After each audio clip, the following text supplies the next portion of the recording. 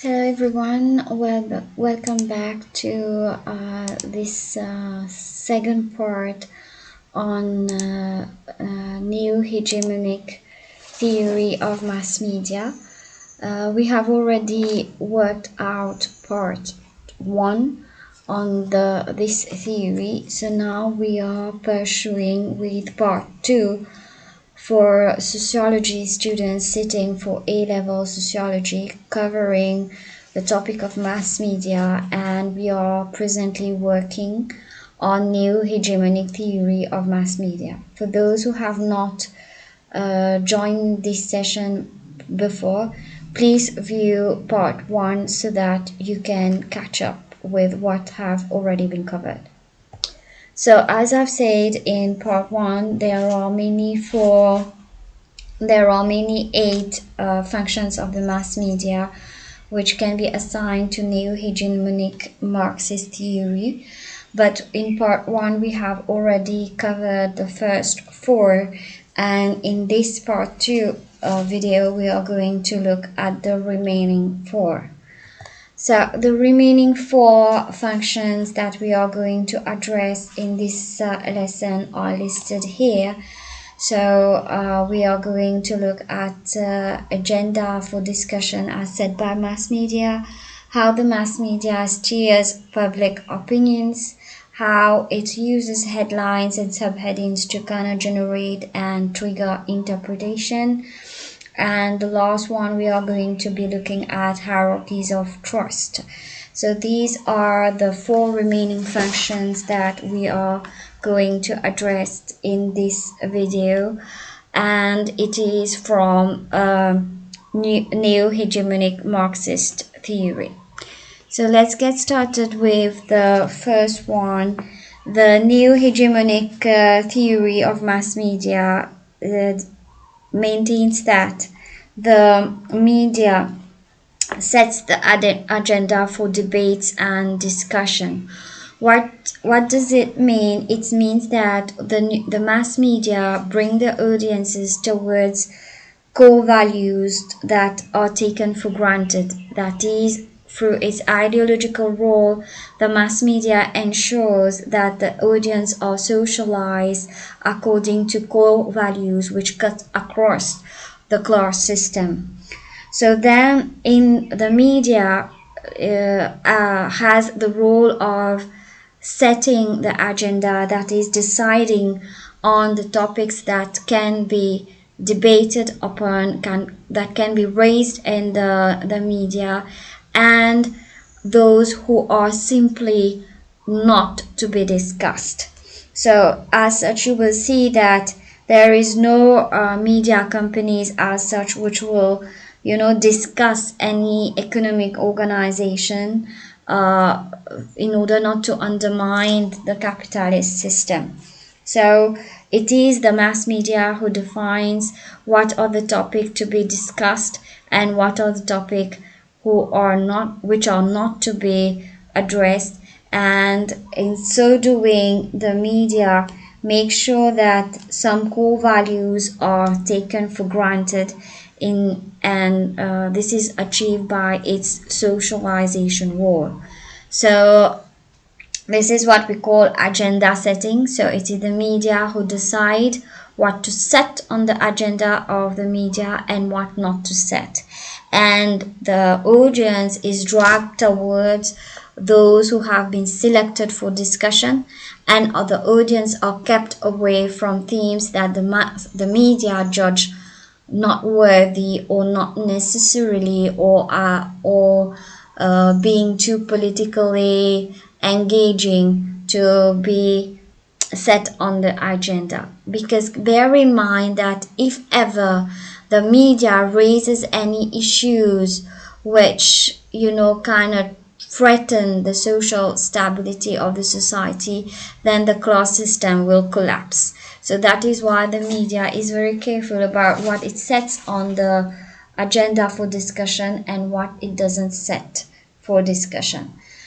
So the aim of the media is to bring topics, to bring up topics, to bring up themes that will kind of pull the audience towards the core values which will maintain social stability in society.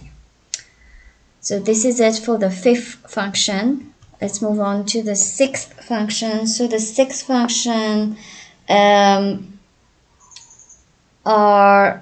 is to stir public opinion. So what does it mean? It means that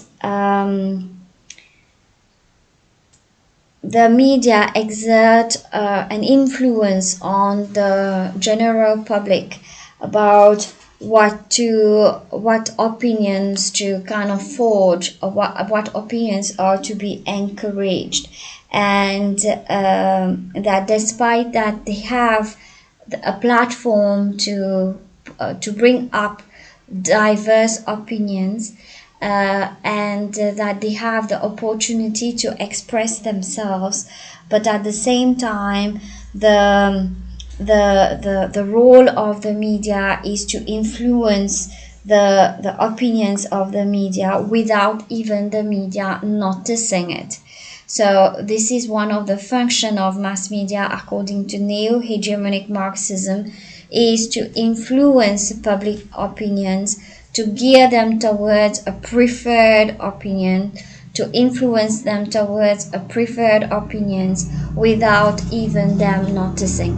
And an example of that would be advertisers, how they use the media to kind of influence the public consumption and opinions about their products, and this is done without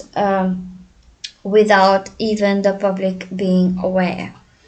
Let's move on to the seventh of functions.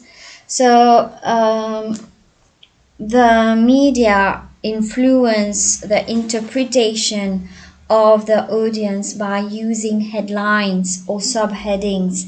The headlines and subheadings initially influence the person's mindset, the person's initial impression of the content, and that leads to a already directed opinion or directed interpretation of the concept.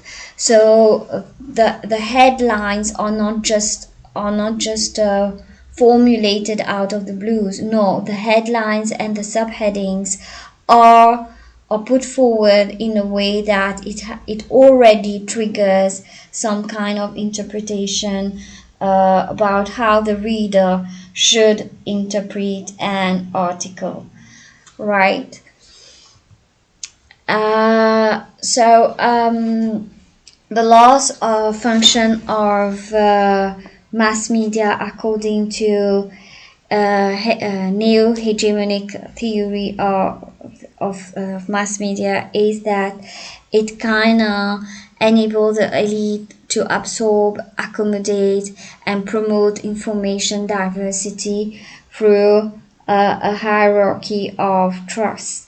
It's very important to understand that for neo-hegemonic, the audience has a high level of trust on the mass media. The mass media is a source of information, and the audience have that truth in different forms of the media.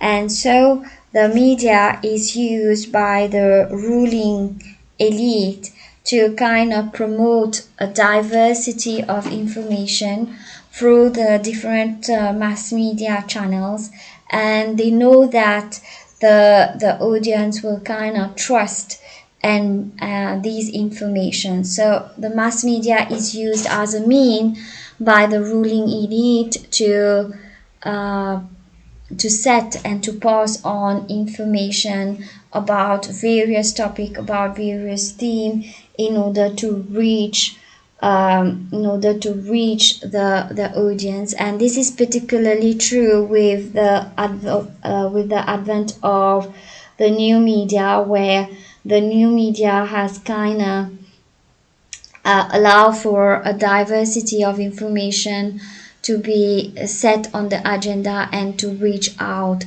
the diversity of the audience. So this is it for this lesson too. But before penning off, I would like to really draw your attention to the main function of mass media, according to neo-hegemonic Marxist theory, is to act as an ideological tool to make sure that the audience are socialized into core values, and that the media exert much pressure to kind of pass on these core values to the mass, and to make the mass realize that even if they don't agree to these core values, and even if they try to reject them, that won't change anything. They are powerless to change anything in society. They are powerless to change these core values. So the mass media nurtures that mindset, that mentality in people, that there are core values in society, and that everybody has to abide by these core values, and that you are not in a position to change these core values despite the fact that you disagree with it or that you reject it, but the core values remain there. And the second main function is that it manufactures that consensus around those core values, and this is manufactured based on that hierarchy of trust. So diversity of information are just channeled towards the audience, and these information kind of maintain its roots in those core values. And since the audience kind of trust these information, so they are going to be socialized in terms of these core values. And also the last point that I want to draw upon is that the agenda setting role of the mass media is also very important to neo-hegemonic Marxist, where through that role the mass media kind of decide on which topic we can discuss upon and which topic we cannot discuss upon, and then this becomes taken for granted matter, right? So this is it for neo-hegemonic Marxist theory of mass media. I hope that combined together part 1 and part 2 has been helpful to your understanding of this particular theory. So hope to see you in other videos about other topics related to sociology. So thank you for your attention, and I'll see you soon. Take care.